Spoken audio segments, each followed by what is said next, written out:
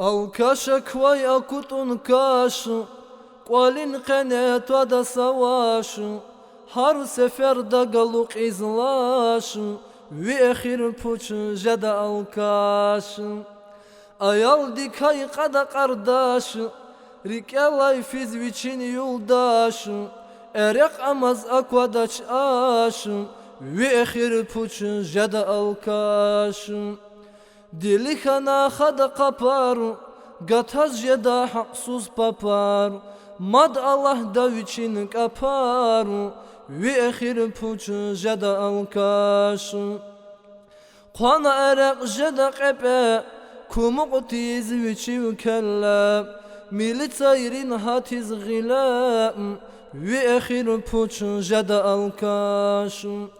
Burjar qada ada para, Viş gram diz iz çara, Ayal kuyal tuna khuram, Ve ehir puçu jada alkaşım. Hiqwan khuray khizan ajuz, Dide dinrik una atuz, Barmak alaz khana ajuz, Ve ehir puçu jada alkaşım. Naqaçur pensiyedin pul, Tüküvençi diç uhguna kul, Paso biyar iz çakul, Ve ehir puçu jada alkaşım. Bu hapa pruskuna gila, Gişila çuntuna kwala, Viş gram dis iz hilla, Ve ehir puçu jada alkaşım.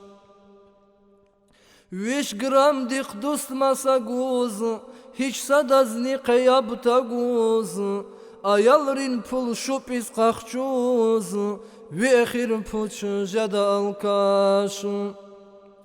Amaç adaz viçin qamatu, Çurkan ve adan sufatu, Kvakna fena gayi tavatu, Ve ehir puçu jada alkaşım.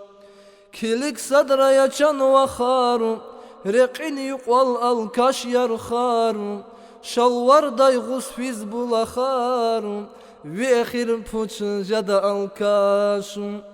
Sukhna qenes xsiç kul, Sajiz vidal qen abdul, Miyeh txuz atana gul, Ve ehir puçu xana alkaşım.